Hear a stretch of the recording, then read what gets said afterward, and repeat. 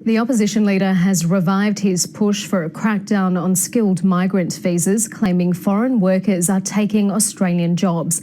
But the Prime Minister has labelled it rank opportunism, saying 457 visas peaked when Bill Shorten was Employment Minister. From Canberra, Jane Norman reports. If it worked in America, we need a leader that can bring back our jobs. Americans losing their jobs to foreign workers. It might work in Australia too. Now is the time to prioritise Australian jobs. People coming in from overseas by aeroplane, taking Australian jobs, which is nice to meet you, Walshy. The opposition leader is touring Australia, tapping into a simmering discontent. Malcolm Turnbull needs to get out of the Sydney harbour side and start visiting regional Australia and talk to blue-collar workers. Workers, he says, are losing their jobs to foreigners. About 100,000 skilled migrants have a 457 visa. Cooks, cafe managers and computer programmers top the list.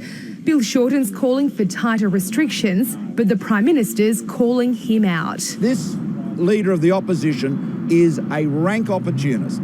He is completely hypocritical on this issue. Malcolm Turnbull points to the figures, which show the number of 457 visas gradually rose under Labor and hit their peak when Bill Shorten was Employment Minister. Nobody has been better at granting 457 visas than him. The economy has changed. The mining boom has ended. At least one government MP agrees. George Christensen doesn't want any more 457 visas to be issued in central and north Queensland.